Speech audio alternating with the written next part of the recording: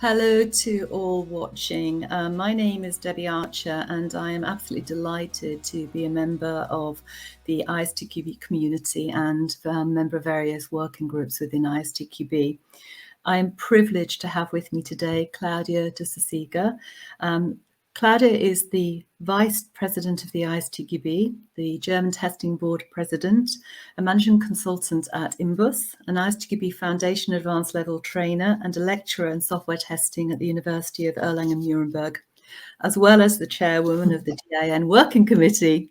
Klaudia, a very, very warm welcome to you today, and thank you so much for being part of the ISTQB Women in Testing series of interviews. Debbie, it's a pleasure. Thank you for having me.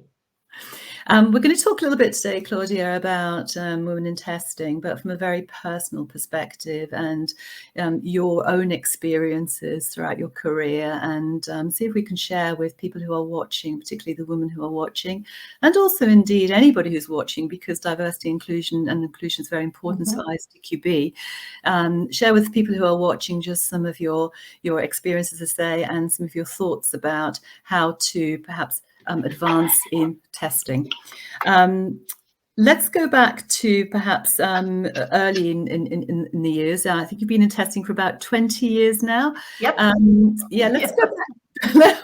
Let's perhaps those early days of study. I understand that you did a degree in IT at university. Yeah, I studied computer science at the university in Erlangen.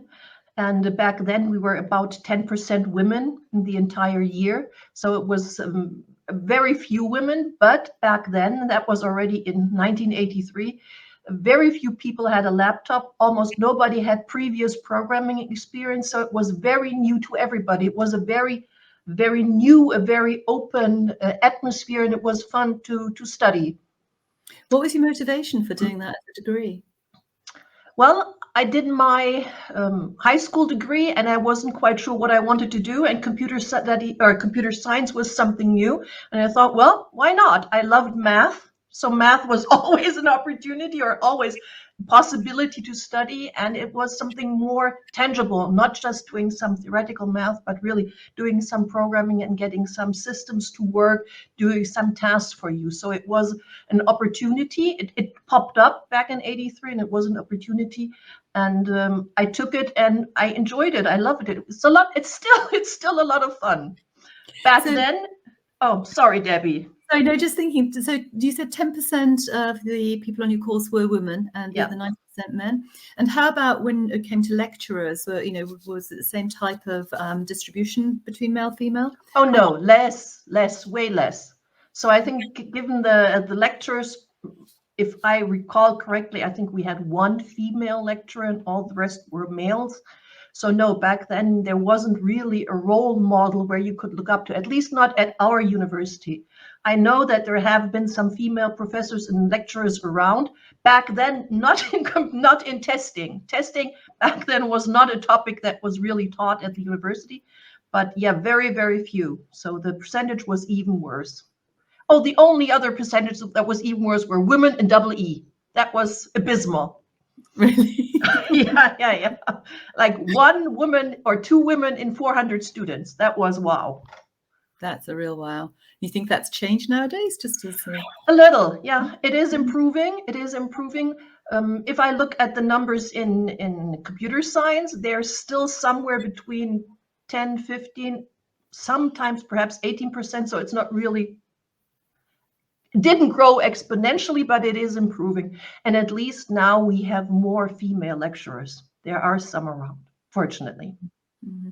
And do you think that some of this goes back to perhaps the education before university, and where women are actually getting involved perhaps in the kind of computer studies and what have you, clubs, anything that's kind of motivating people to want to code perhaps or get involved? Where's the kind of root cause for this, do you think? Yeah, I'm not really sure, and I'm not entirely convinced that having these clubs before and having computer science as a topic in school perhaps helps, because when I started, everybody was new to the area and everybody was really looking forward to learn something new. And I got the impression that over the years, perhaps the girls are more intimidated by having guys that have been programming, hacking for years and years. So for a while, I wasn't really sure if that did help a lot, but now I think that the curve is turning up again. So now, with at least in Germany, I hope in other countries too, we have specific programs to foster what we call the MINT topics. So math, then it's informatic, computer science, natural sciences. No, natural sciences. I'm not sure about the correct word in English. So to go into these science jobs or science studies.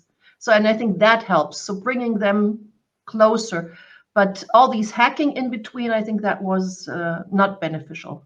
Not helping. Tell me about your early career. So you did an IT degree and then went into software testing at some point. Can you talk to me a little bit about that? Well, I did my degree in Germany and then I went abroad. I did a master's in the US. In the US, there were back then already way more female students, PhD students, than they were at the place in Erlangen where I did my studies. And then I came back and did my PhD. And all that time, I didn't work in quality assurance or in software testing. Back then, software testing wasn't really a hot topic. So it wasn't something that was, that was neither offered nor taken. And then after I did my PhD, of course, I looked for my first job. And due to a number of reasons, I ended up at a software testing company. And then it was really learning on the job. So coming from the university, nothing about testing, nothing, no methodology, no process, metrics, nothing. And then I had to learn on the job. And back then, the first 2 weeks, we actually had to do manual testing so that you experience yourself what you have to do. And that was really exciting. And I enjoyed it because going into testing, you have the process, you have the methods, you have the different testing types. You can look into security, you can look into performance, you can look into usability, you can do process improvement. You get to know different customers. You go to healthcare, you go to automotive. I think the topic is very, very exciting. You have so many different facets, so many different aspects you can work on. I enjoy it very much. I think it's a thrilling topic, way better than programming. And even if you want to do programming, you can do test automation, so that's fine. It's win-win, win-win. Yeah. So that was early career. Obviously, one of the things that us women talk about a lot is balancing career and family life. What was your experience there? Yeah, I do have 3 kids, or my husband and I, we have 3 kids. And personally, I think if you have a good relationship and if you share the responsibility of parenthood, then it works really well. So when our second child was 1.5 years old, I went abroad for 4 days a week to start up a new operating site for my company. So you can do it. Of course, it is easier if you have no kids because you don't have that responsibility for some small beings that love you and look up to you, but you can manage to do it. And if you have somebody who shares it with you, it can work well. But of course, you have to make compromises. And of course, you have to agree who is allowed to work early, who is allowed to work late, who has to pick up the kids, who has to bring them to school. But it can work. It's not impossible. It's hard, but it's not impossible. People's circumstances are very different. Yes. Some people don't have that other person there who can help. I guess some of this is about that support network, the broader support network. Yes. And one of the things that I certainly found was that it was traveling. If I needed to travel, that was where I needed a very good support network and person at home, whatever. Opportunities to network and attend events, and we've all been online very much recently, haven't we? So actually, it's been a really nice transition in some way because attending the events has been easier. I think online conferences, etc.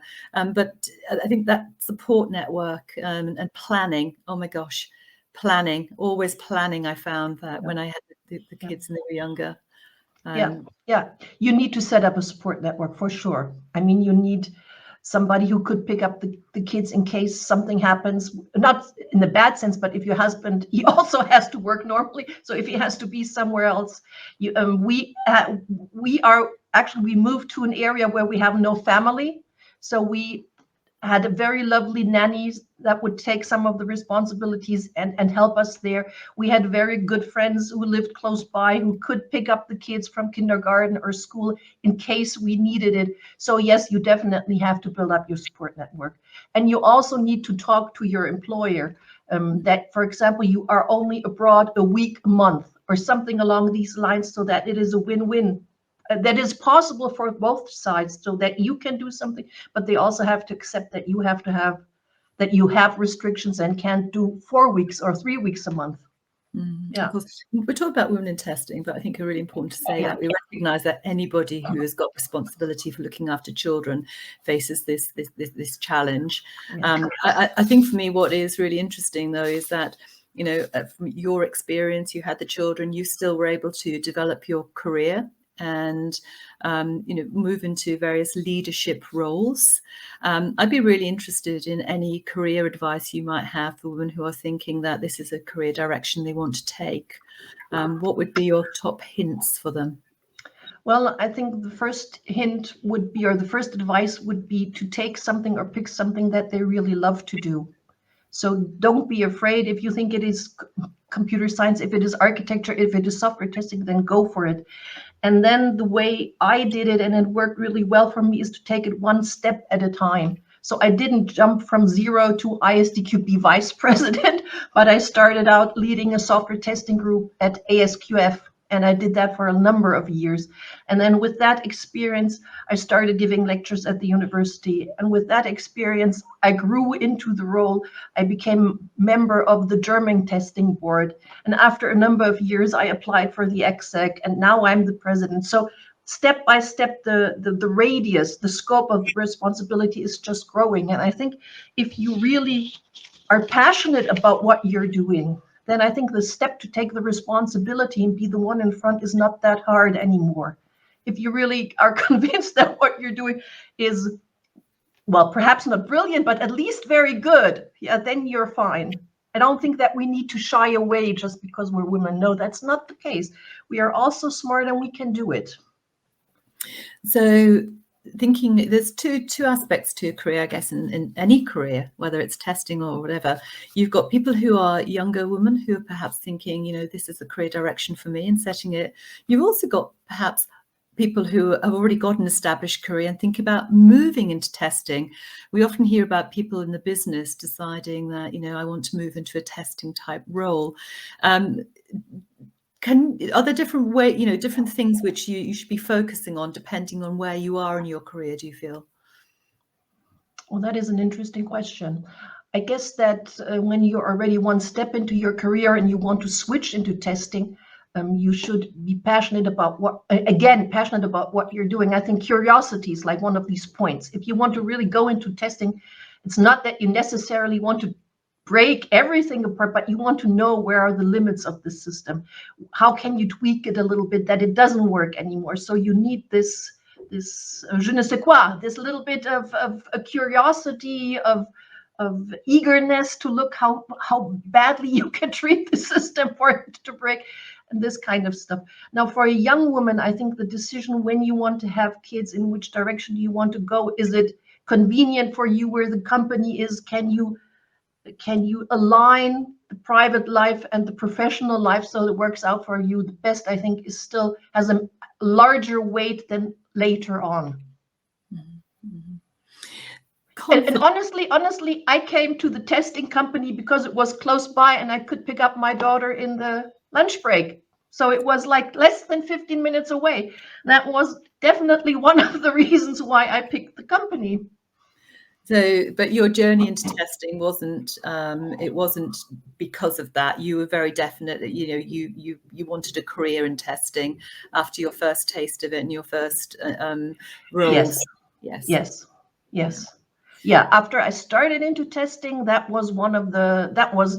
really enjoy it. I think it's very Yeah, it has a lot of different aspects, and it's always something new. It's not boring. I would hate to do the same stuff 10 or 15 years. That would be, for me, that would be hell. I don't want to do that. I want to explore new areas, new methodologies, whether it's AI or machine learning or testing and DevOps. I think this is really very exciting, especially if you look at the fact how fast the IT community or the technology is evolving. It's really thrilling to be in the middle of it and trying to make it better, trying to improve quality, trying to find bugs so that it will be better at the end.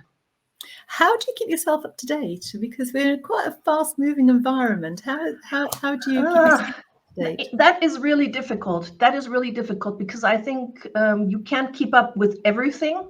Yeah, and I try to focus on the areas that appeal the most for me.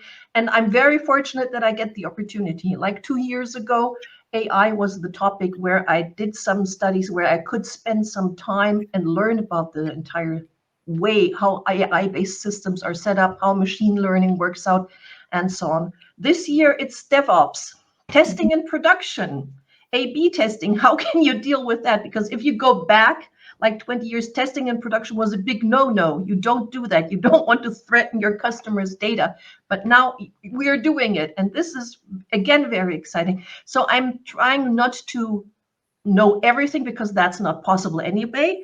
But I'm trying to focus on the aspects that are either very interesting to me or that are very new to the entire area where I can learn the most and still have fun and enjoy it. I enjoy it. I think that's one of the best motivators, isn't it? Oh, Knowing yes. you are having fun, Yes. you're enjoying it. Yes. Yeah, it comes back. You need to do what you love to do. And then I think you spend enough time, you work hard, but you don't mind. It's that you enjoy it and you're passionate about it. And I think that kind of shows. Mm-hmm. Mm-hmm. One of the things that I know for me personally that made a big difference in my career was having a mentor, having somebody who was willing to give me some time, give me some feedback, give me some hints, help me to build some confidence.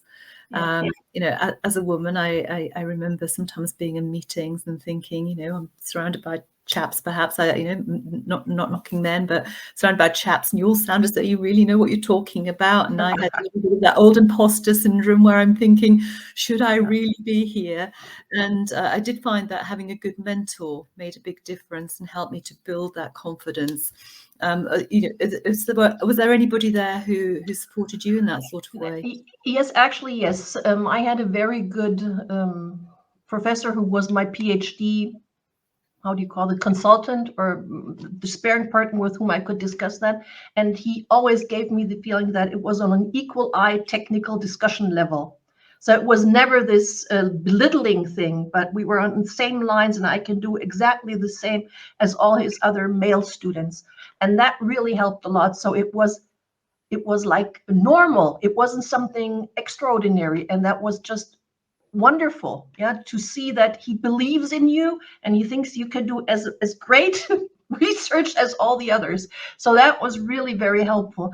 And then later on in the company, or if I talk to customers, most of the time it really works very well. I had perhaps 2 or 3 encounters where I would be ignored because I'm a woman.